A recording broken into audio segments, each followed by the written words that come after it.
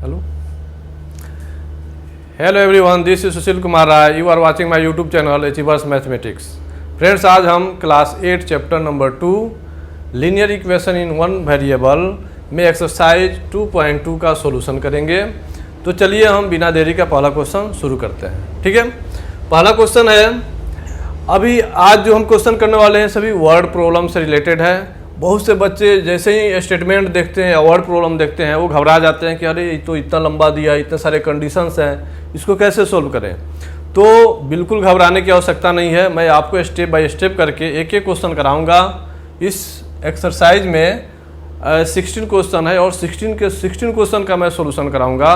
बस आपको मेरे वीडियो को देखते रहना है, उसको लाइक और सब्सक्राइब कर लेना है ताकि मैं जब भी वीडियो डालूं तो आपको उसका नोटिफिकेशन मिल जाए. ओके, तो हम पहला क्वेश्चन शुरू करते हैं. पहला क्वेश्चन है, if you subtract half from a number and multiply the result by half you get 1/8. What is the number.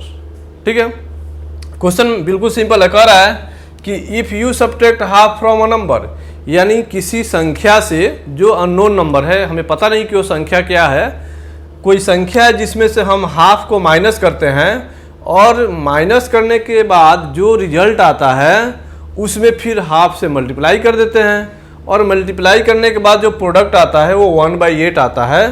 तो हमें बताना है कि वो संख्या कौन है, कौन सी संख्या है जिससे हम हाफ माइनस कर रहे हैं फिर हाफ से मल्टीप्लाई कर रहे हैं तो 1/8 मिल रहा है. ठीक है, बहुत सिंपल है, हमें एक एक स्टेप लेके चलना है. तो सबसे पहले आपको मैं बताता हूँ कि जो क्वेश्चन में ये दिया रहा है कि वो संख्या क्या है या हमें पता नहीं है, तो मैथ्स में हम उसको मानते हैं.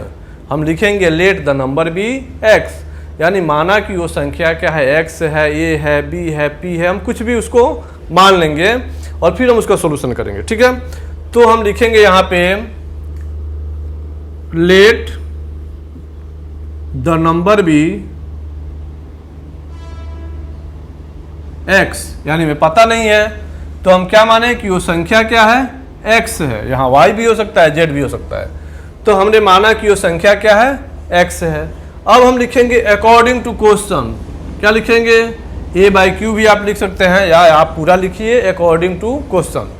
इसका मतलब क्या होता है कि प्रश्न से या प्रश्नानुसार, प्रश्न के अनुसार ही हमें इसको सोल्व करना है. तो हम क्या लिखेंगे, पहले तो हमने मान लिया कि वो संख्या क्या है, एक्स है. अब क्वेश्चन क्या कर रहा है कि if you subtract half from a number, वो नंबर क्या है, एक्स है. तो हम क्या करेंगे, एक्स माइनस हाफ करेंगे, ब्रैकेट ले लेंगे. यानी जो संख्या जिससे हम हाफ को माइनस कर रहे हो हमें पता नहीं था, हमने उसको एक्स माना, तो उस संख्या में से हमें हाफ माइनस करना है. तो एक वो संख्या हमने एक्स माना है तो एक्स माइनस हाफ हमने लिखा. थोड़ा और मैं अच्छा से लिखता हूँ. क्या लिखेंगे, एक्स माइनस हाफ. ठीक है, अब ये हमारा माइनस करने पे रिजल्ट आ गया एक्स माइनस हाफ. अब क्या कर रहा है, and multiply the result by half. अब ये जो रिजल्ट आया एक्स माइनस हाफ, इसको फिर से हम हाफ से इनटू कर देंगे. तो क्या कर रहा है कि जो रिजल्ट आ रहा है ये इक्वल आ रहा है 1/8 के. हो गया हमारा इक्वेशन तैयार. अब इसको सोल्व कर लेना है. अब हम कैसे सोल्व करेंगे, यहाँ एरो ले लिए. अब देखिए मल्टीप्लाई है तो 1/2 से एक्स में भी इंटू होगा और 1/2 में भी इंटू होगा. या फिर आप चाहें तो इनका एलसीएम ले सकते हैं. हम क्या करेंगे, पहले हाफ से इसको इंटू करेंगे तो क्या हो जाएगा, एक्स में 1/2 से इंटू करेंगे तो एक्स को 1 से तो एक्स और अपॉन 2 हो जाएगा. एक्स अपॉन 2, ये माइनस है तो माइनस, और 1/2 को 1/2 से करेंगे तो न्यूमरेटर से डिनोमिनेटर से इंटू हो जाएगा. तो 1 × 1 1 हो जाएगा, 2 × 2 ये हो जाएगा 4, इक्वल टू आ गया ये 1/8. अब आप चाहें तो इसका एलसीएम ले सकते हैं. 2 और 4 का एलसीएम कितना आएगा, 4 होता है. 4 को 2 से डिवाइड करेंगे तो 2 आएगा. 2 को x से इंटू करेंगे 2x हो जाएगा, माइनस 4 को 4 से डिवाइड करेंगे 1 आएगा. 1 × 1 ये 1 ही हो जाएगा, इक्वल टू 1/8 हो जाएगा. ठीक है, अब देखिए यहाँ पे जो 4 है सबके टोटल के डिवाइड में है, यानी यहाँ पे डिवीजन हो रहा है. इसको दूसरे साइड में भेजेंगे तो क्या होगा, मल्टीप्लिकेशन हो जाएगा. मैंने लास्ट क्लास में मैंने बताया था कि साइन कैसे चेंज होता है। तो हम अब यहाँ क्या लिखेंगे, 2x माइनस 1, ये इधर ही रहेगा, ये वाला टर्म यहाँ रखिए, और ये 4 जो है दूसरे साइड में जाएगा। इधर तो ऑलरेडी है 1/8 और इनटू यहाँ डिवाइड में 4 है तो यहाँ मल्टीप्लाई हो जाएगा। मल्टीप्लाई होने के बाद ये हो गया 2x माइनस 1 इक्वल टू, ये कैंसिल हो जाएगा तो 2 हो जाएगा, 4 से 8 कैंसिल होगा तो ये आएगा 1/2।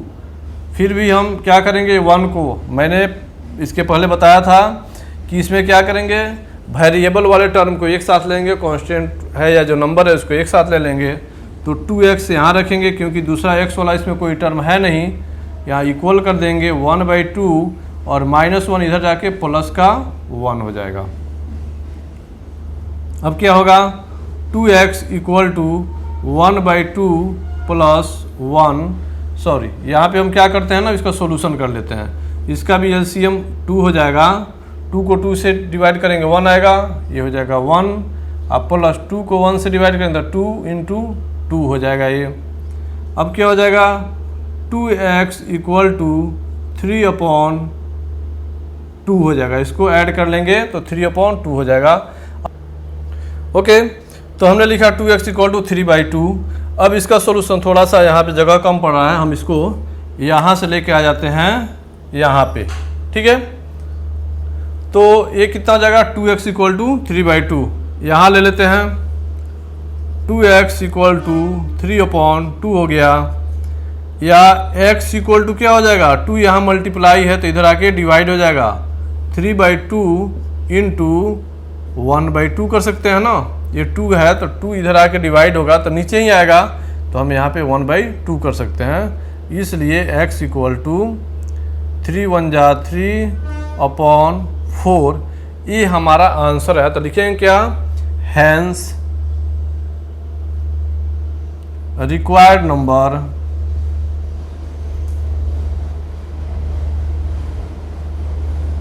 इक्वल टू 3/4, ये आंसर हो गया। यानी हमें वो कौन सी संख्या है, तो 3/4 है, जिसमें से हम हाफ को माइनस करेंगे और फिर हाफ से इंटू करेंगे तो 1/8 आपका आंसर आ जाएगा। ठीक है, बहुत सिंपल है, आप इसको प्रैक्टिस करेंगे तो आपको आसानी से समझ में आ जाएगा। सबसे पहले इसमें ये करना है कि जो संख्या पूछ रहा है अगर हमें नहीं पता है तो उसको हम x मानेंगे या p मानेंगे, q मानेंगे, कुछ भी मान लिए। तो हमने भी यहाँ मान लिया let the number be x। अब अकॉर्डिंग टू क्वेश्चन एकदम प्रश्न को पकड़े रखना है, छोड़ना नहीं है। क्या कह रहा है कि उस संख्या में से हाफ को माइनस करना है, तो हमने लिख दिया x माइनस हाफ, क्योंकि x में से ही माइनस करना है। फिर ब्रैकेट में इसको डालेंगे और क्या कर रहा है कि ये जो माइनस करने पे जो प्रोडक्ट आया तो इसका प्रोडक्ट तो इतना ही आएगा, इसमें सॉल्यूशन तो कुछ अभी आएगा नहीं, निकलेगा नहीं, तो इसको इतना ही रखेंगे। फिर इसमें हाफ से इंटू करने को बोल रहा है, हाफ से इंटू कर दिए। अब क्या बोल रहा है क्वेश्चन कि उसके बाद जो इन सब ये सारे प्रक्रिया करने के बाद हाफ माइनस करने पे, हाफ इंटू करने पे 1/8 आंसर आ जाता है। तो हम क्या किए, वैसे प्रश्न के अनुसार इसको सजा लिए। अब इसका हमें सिंपली सॉल्यूशन कर लेना है। सॉल्यूशन जब करेंगे हम, मैंने यहाँ करके दिखाया है, सॉल्यूशन करेंगे तो x का वैल्यू निकल जाएगा 3/4, यानी x ही तो वो नंबर है जिसमें से हम हाफ को माइनस कर रहे हैं और हाफ को इंटू कर रहे हैं, तो 1/8 आ रहा है। तो इसलिए हमारा जो रिक्वायर्ड नंबर है, जो आवश्यक जो भिन्न है, वो क्या है, 3/4 है। ठीक है, अब हम करेंगे अगला क्वेश्चन। चलिए दूसरा क्वेश्चन देखते हैं। दूसरा क्वेश्चन भी बहुत ही मज़ेदार है। दूसरे क्वेश्चन में दिया है the perimeter of a rectangular swimming pool is 154। आपको ऑलरेडी दे रखा है कि एक आयताकार या रेक्टेंगुलर जो स्विमिंग पूल है उसका पेरीमीटर, पेरीमीटर मतलब क्या समझते हैं, उसका लेंथ और ब्रेथ, यानी उसका लेंथ तो बराबर होगा, रेक्टेंगल का यही फॉर्मूला होता है। आप पहले रेक्टेंगल का एक फिगर आप समझिए, ये हो गया रेक्टेंगुलर स्विमिंग पूल हो गया, ये हो गया लेंथ और ये हो गया ब्रेथ, यानी लंबाई और चौड़ाई। तो क्या कह रहा है कि the perimeter of a rectangular swimming pool is 154। तो पेरीमीटर क्या हो जाएगा, दोनों ब्रेथ और दोनों लेंथ को ऐड करने पे आता है। तो पेरीमीटर क्या होता है, पेरीमीटर ऑफ रेक्टेंगल, क्योंकि रेक्टेंगुलर है तो रेक्टेंगल में क्या हो जाएगा 2 इंटू एल प्लस बी, यही होता है ना, 2 गुणा लंबाई प्लस चौड़ाई, ये होता है पेरीमीटर। तो ये जो 2 इंटू एल प्लस बी है, यानी लंबाई और चौड़ाई दोनों को ऐड करने पे 154 आ जाता है, ठीक है। लेकिन अगला कंडीशन क्या दिया है, it's length is 2 metre more than twice it's breadth. अब यहाँ पे ट्विस्ट क्या है कि जो इसका लंबाई है ना, लंबाई इसके चौड़ाई के दुगुना से 2 मीटर ज़्यादा है। मतलब कि अगर चौड़ाई 2 मीटर है तो लंबाई क्या हो जाएगा, उसका दुगुना यानी 4 मीटर, और फिर उसमें 2 मीटर ज़्यादा यानी 6 मीटर हो गया। मान लीजिए कि अगर 5 मीटर है लंबाई चौड़ाई, तो लंबाई क्या हो जाएगा, 5 गुणा 2 यानी उसका 2 गुना, तो 10 हो गया, प्लस 2 यानी 12। ये समझाने के लिए मैंने बोला। तो इसमें दिया है कि it's length is 2 metre more than twice it's breath.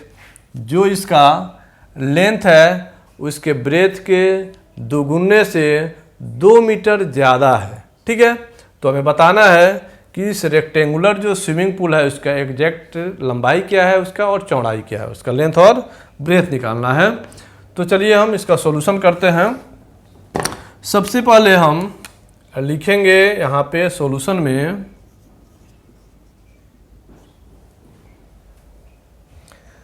क्या लिखेंगे, पहले तो क्या करा है कि लेंथ जो है ब्रेथ से दुगुना से 2 मीटर अधिक है, तो हमें ब्रेथ को मानना है कि x है, क्योंकि उसी पे जो x होगा उसी के दुगुना होगा या 2 मीटर ज़्यादा होगा। तो हमें क्या मानना है, पहले ब्रेथ मानेंगे। तो लिखेंगे क्या, let the breadth of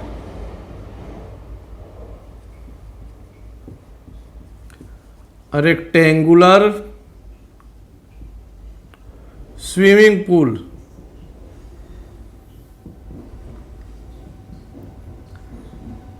equal to x, इसको मीटर मानेंगे क्योंकि इसका यूनिट दे रखा है कि ये लंबाई क्या है, मीटर में है। तो हम इसको मान लिए कि जो उसका ब्रेथ जो है यानी चौड़ाई जो है वो x मीटर है। तो क्या हो जाएगा, तो लिखेंगे फिर यहाँ पे so length of rectangular swimming pool equal to, क्या लिखेंगे हम, अब हमें ब्रेथ पता है कि x है, तो लेंथ कितना हो जाएगा, क्या length is 2 metre more than twice it's breadth. Twice का मतलब होता है दुगुना, तो सबसे पहले ब्रेथ है x, तो x का दुगुना 2x हो जाएगा, और इससे भी 2 मीटर ज़्यादा है, तो जब ज़्यादा होगा तो हम +2 करेंगे और इसको भी मीटर में लिखेंगे। क्लियर है। हमने क्या लिखा, let the breadth of the rectangular swimming pool equal to x metre. So length equal to क्या हो जाएगा, लेंथ हो जाएगा हमारा, चूंकि इसके दुगुना से यानी जब x है तो इसका दुगुना 2x हो जाएगा, आप +2 यानी इसके ट्वाइस से 2 मीटर अधिक है, तो 2x + 2 मीटर इसका लेंथ हो जाएगा। अब हम लिखेंगे अकॉर्डिंग टू क्वेश्चन, क्या लिखेंगे, अकॉर्डिंग टू क्वेश्चन, प्रश्नानुसार क्या करा है, the perimeter of a rectangular swimming pool is 154। तो लिखेंगे यहाँ पे कॉमा देंगे, लिखेंगे पेरीमीटर ऑफ अ रेक्टेंगुलर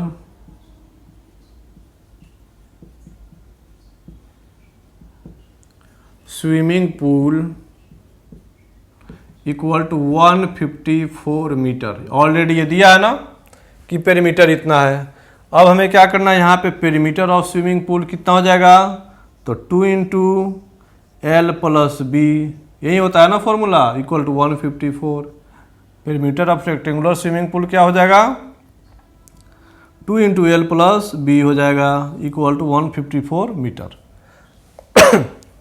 अब हमें यहाँ क्या लिखना है, 2 इंटू, अब एल यानी लेंथ हमें यहाँ से लेना है, लेंथ हमने यहाँ लिखा ना लेंथ ऑफ, तो हमें यहाँ से लेंथ और ब्रेथ को यहाँ पुट करना है। लेंथ कितना है, 2x + 2, तो लेंथ हो गया, अब प्लस है यहाँ पे ब्रेथ, तो ब्रेथ कितना है x, equal to 154 metre.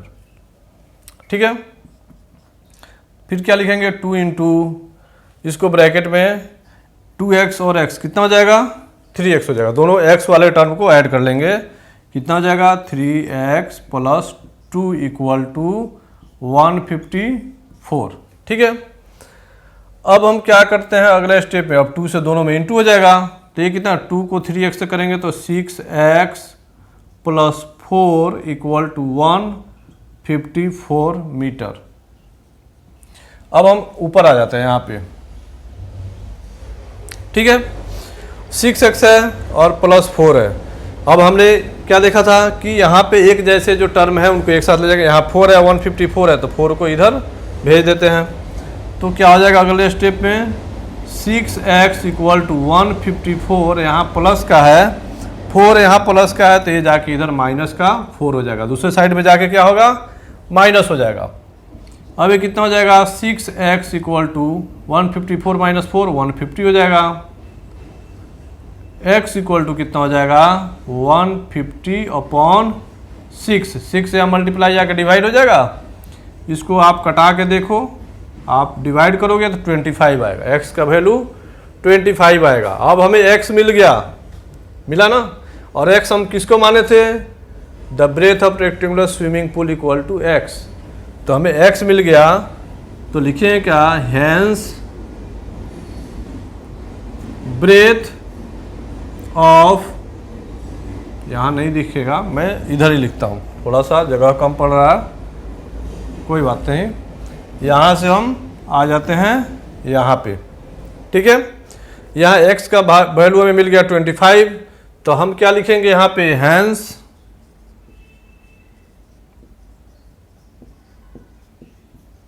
Breath of swimming pool, मैं शॉर्ट फॉर्म में लिखता हूँ, = हो जाएगा 25 मीटर हो जाएगा ना, क्योंकि ब्रेथ को हमने x माना था और x का वैल्यू आ गया 25। And length of swimming pool = कितना दिया है, हमने लिखा है यहाँ पे 2x + 2 मीटर, यही है ना, तो कितना है 2x + 2 मीटर, तो यहाँ पे हम लिखेंगे 2 और x का वैल्यू है 25, तो यहाँ हो जाएगा × 25 अब +2, ठीक है। पहले मल्टीप्लाई को करते हैं, बोर्ड मास का रूल लगेगा, तो मल्टीप्लाई करेंगे तो ये हो जाएगा 50 + 2 यानी 52 मीटर, तो है ना, हमारा क्या हो गया, लेंथ ब्रेथ हो गया x यानी 25 मीटर, और लेंथ जो है इसके 2 गुना से 2 मीटर ज़्यादा है, तो आप करके देखो 25 का 2 गुना 50 हो जाएगा, और उससे 2 मीटर ज़्यादा यानी 52 यानी 52 मीटर का हो गया उसका चौड़ाई। ये हमारा दूसरा क्वेश्चन का सॉल्यूशन था। अब हम अगला क्वेश्चन करते हैं, चलिए अब तीसरा क्वेश्चन करते हैं। थर्ड क्वेश्चन है, the base of isosceles triangle is 4/3 centimetre, the perimeter of triangle is 4 whole 2/15 centimetre, what is the length of either of the remaining equal sides. सबसे पहले आप देखिए क्या कर रहा है कि the base of isosceles triangle, isosceles triangle का मतलब क्या होता है, ऐसा ट्रायंगल जिसके 2 भुजा समान हो, triangle having 2 equal sides, okay, और triangle having 2 equal sides is called isosceles triangle. तो चलिए एक बार थोड़ा सा हम देखते हैं, ट्रायंगल में अकॉर्डिंग टू साइड्स, मतलब साइड के हिसाब से या भुजा के हिसाब से हम ट्रायंगल को 3 भाग में बांट सकते हैं, यानी 3 प्रकार के ट्रायंगल होते हैं। पहला तो हो जाता है इक्विलैटरल,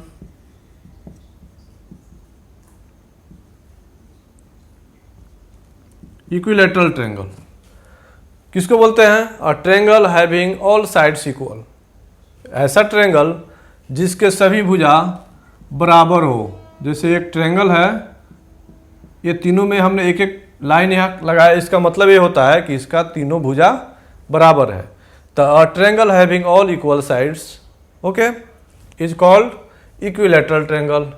उसके बाद हमने यहाँ देखा आइसोसेलेस, आइसोसेलेस ट्रायंगल, इसमें क्या होगा, a triangle having 2 equal sides, यानी ऐसा ट्रायंगल जिसके केवल 2 भुजा बराबर हों, जैसे ए और ए भुजा बराबर है, ये थर्ड वाला नहीं है, लेकिन इसमें ये नहीं कि यही दोनों होगा, ऐसा भी हो सकता है कि ये दोनों आपस में बराबर हो और ये नहीं हो, मतलब कोई भी दो भुजा आपस में बराबर होगा, तीसरा उनके बराबर नहीं होगा, तो ये हो जाएगा आइसोसेलेस ट्रायंगल, या इसको बोलते हैं समबाहु त्रिभुज, सॉरी समद्विबाहु त्रिभुज। इक्विलैटरल ट्रायंगल यानी समबाहु, यानी समबाहु का मतलब तीनों भुजा बराबर। आइसोसेलेस समद्विबाहु यानी केवल दो भुजा बराबर। और एक होता है एस्केलेन ट्रायंगल यानी विषम बाहु बोलते हैं, जिसका कोई भी भुजा बराबर नहीं हो। जैसे मान लो कि उसका अलग अलग लेंथ दिया है, एक लेंथ हो सकता है 2 सेंटीमीटर, एक 5 हो सकता है, एक 7 हो सकता है, तो ऐसा, तो इसको हम बोलते हैं एस्केलेन ट्रायंगल। इसमें क्या होगा, ये तीन जो भुजा है ना, तीनों का अलग अलग माप होगा, एक हो गया 2, ये हो गया 5, एक हो गया 7, ऐसे, ठीक है। इसमें क्या है, ये 2 हो गया, ये 2 हो गया, ये 5 हो गया, इसमें ये 2 तो ये भी 2, क्लियर है। तो ये ट्रायंगल्स के प्रकार हैं अकॉर्डिंग टू साइड। आगे हम एंगल के हिसाब से बताएंगे। 3 और ट्रायंगल होते हैं जिनका क्लासिफिकेशन किया गया है अकॉर्डिंग टू एंगल्स, ठीक है। तो चलिए हम इस क्वेश्चन को सोल्व करते हैं।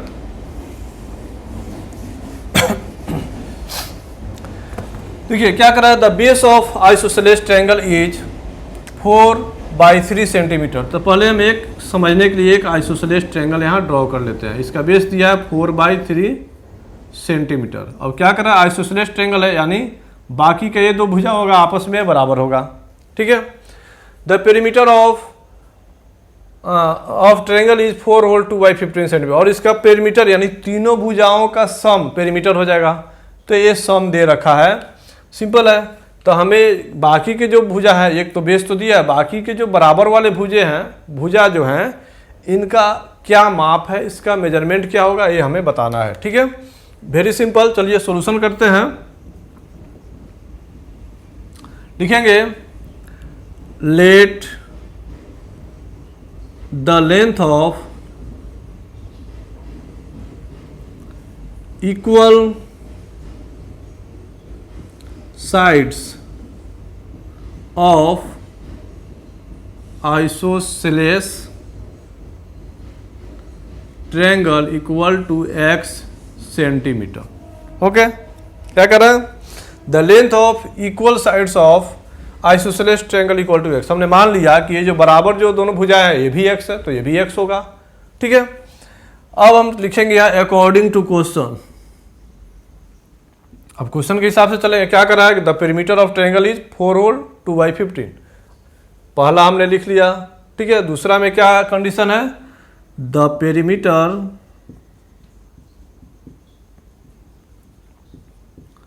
Of isosceles triangle equal to 4 whole 2/15, ठीक है। तो पेरीमीटर ऑफ इसका क्या हो जाएगा, पेरीमीटर हो जाएगा x यानी ये भुजा और फिर ये भी x माने हैं तो ये भी x हो जाएगा। तो पेरीमीटर क्या हो जाएगा, सम ऑफ 3 साइड्स। हम चाहें तो यहाँ लिख भी सकते हैं sum of 3 sides of triangle equal to, इसको हम क्या करें, मिक्स फ्रैक्शन है ना, तो इम्प्रॉपर फ्रैक्शन में इसको तोड़ेंगे। 15 4 जा 60 और +2 62/15 ये हो गया, ये हो गया इम्प्रॉपर फ्रैक्शन। तो sum of 3 sides of triangle equal to क्या लिखेंगे, तो x है एक भुजा, दूसरा भी x है चूंकि दोनों ही बराबर है, और तीसरा आपको दे रखा है 4/3 इक्वल टू 62/15। इसको ऐड कर लेंगे x 2x और इक्वल टू कर देते हैं, इसको इधर भेज देते हैं। तो 62/15 है और माइनस हो जाएगा 4/3। 2x इक्वल टू हो जाएगा 15 और 3 का एलसीएम कितना होगा, 15 आ जाएगा। 15 को 15 से डिवाइड करेंगे, यानी जो एलसीएम आता है ना, दोनों ही डिनोमिनेटर से डिवाइड करेंगे, जो क्वोशिएंट आएगा ऊपर वाले न्यूमरेटर में मल्टीप्लाई करना है। 15 को 15 से डिवाइड किए, एक बार में कटेगा ना, तो 1 आया क्वोशिएंट, 1 × 62 ये हो जाएगा 62 माइनस, अब 15 को 3 से डिवाइड करेंगे कितना, 5 टाइम्स, 5 × 4 ये हो जाएगा 20, ठीक है। एक बार फिर चेक कर लेते हैं। 15a हो गया LCM, 15 1 जा 15, 62, 3 5 जा 5 4 जा 20। ठीक है, चलिए हम आगे लिखते हैं हम, क्योंकि दिखाई नहीं देगा। अब यहाँ हो जाएगा 2x इक्वल टू, अब इसको सोल्व करते हैं। 62 माइनस 20 कितना हो जाएगा? 42 हो जाएगा ना, 42 अपॉन 15। ठीक है, अब ये जो 2 है ना, यहाँ मल्टीप्लाई है, इसको भी इधर भेज देते हैं। तो x इक्वल टू कितना हो जाएगा? 42 अपॉन 15 इंटू 1 अपॉन 2। 2 से इसको कटा देंगे, 21 हो जाएगा। अच्छा, अभी भी ये कैंसिल होगा, ये 3 से 5 टाइम्स, ये 3 से 7 टाइम्स,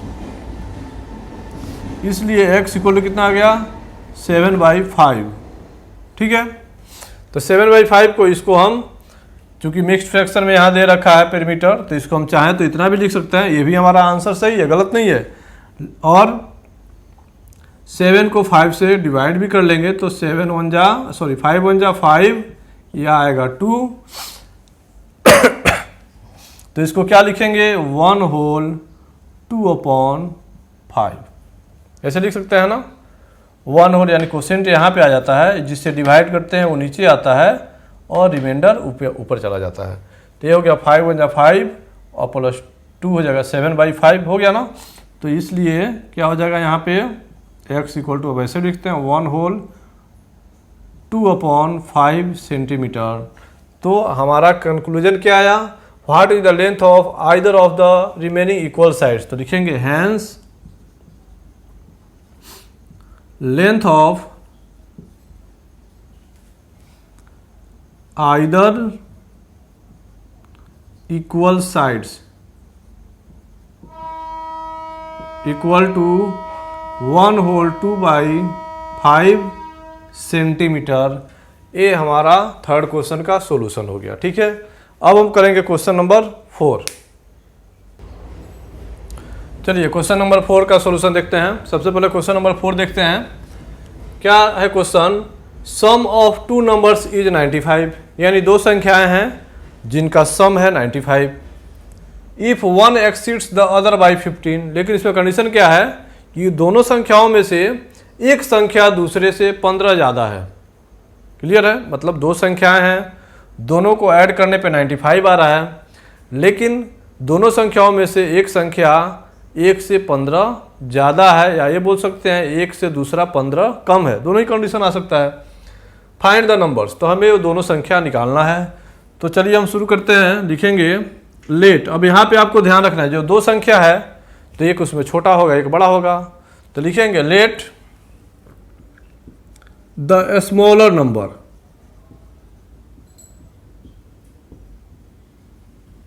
इक्वल टू x। हमने मान लिया कि दो जो संख्या है तो एक से दूसरा 15 अधिक है, तो एक तो छोटा होगा, स्वाभाविक है कि एक छोटा होगा एक बड़ा होगा। तो हमने मान लिया let the smaller number equal to x। So larger number